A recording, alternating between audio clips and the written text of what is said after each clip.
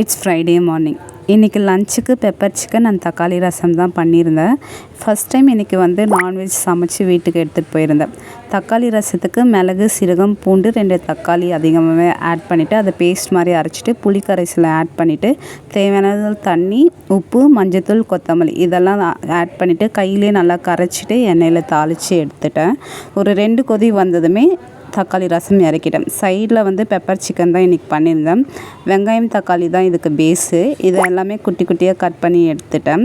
ஒரு வானிலில் இந்த சோம்பு, பட்டை, லவங்கம் இதெல்லாம் ஆட் பண்ணிவிட்டு வெங்காயம், தக்காளி, அதுக்கப்புறம் இஞ்சி பூண்டு பேஸ்ட்டு எல்லாமே நல்லா வதக்கினதுக்கப்புறம் சிக்கனையும் ஆட் பண்ணிவிட்டு ஒரு 1/2 கிளாஸ் அளவுக்கு தண்ணி ஆட் பண்ணி சிக்கனை வேந்ததும் ஃபைனலாக ஒரு 1 ஸ்பூன் அளவுக்கு பெப்பர் போட்டு இறக்கிட்டால் பெப்பர் சிக்கன் சூப்பராக அண்ட் டேஸ்டியாகவே ரெடி ஆகிடும்.